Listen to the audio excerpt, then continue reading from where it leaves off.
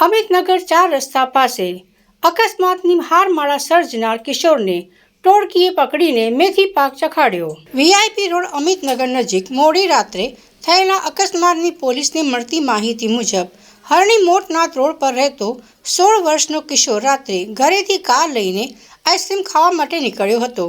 અમિતનગર 4 રસ્તા પહોંચતા પહેલા તેણે ચાલતા જતા દંપતી અને બાળકને ટક્કર મારી હતી।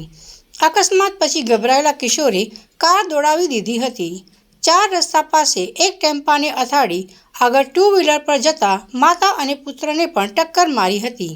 ત્યારબાદ કાર અથડાઈને આગળ ઊભી રહી ગઈ। લોકોએ કાર ચલાવતા કિશોરને પકડી લીધો હતો। કેટલાક લોકોએ કાર ચાલકને માર પણ માર્યો હતો। બનાવની જાણ થતાં પોલીસ દોડી ગઈ હતી અને કાર ચલાવતા કિશોરને પકડી લાવી હતી। અકસ્માતમાં ઘાયલ 4 થી 5 લોકોને સારવાર માટે હોસ્પિટલમાં દાખલ કરવામાં આવ્યા છે।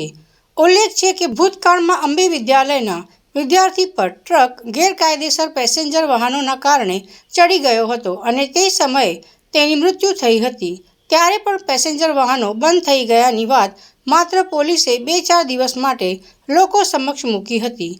ત્યારબાદ હવે ફરીથી ગેરકાયદેસર પેસેન્જર વાહનો અમિતનગર સર્કલ પાસે જમા થઈ જાય છે અને તેના કારણે ટ્રાફિક સમસ્યા પણ સર્જાય છે। આ અકસ્માત થવાની અલગ અલગ ઘટનાઓ બનતી રહે છે।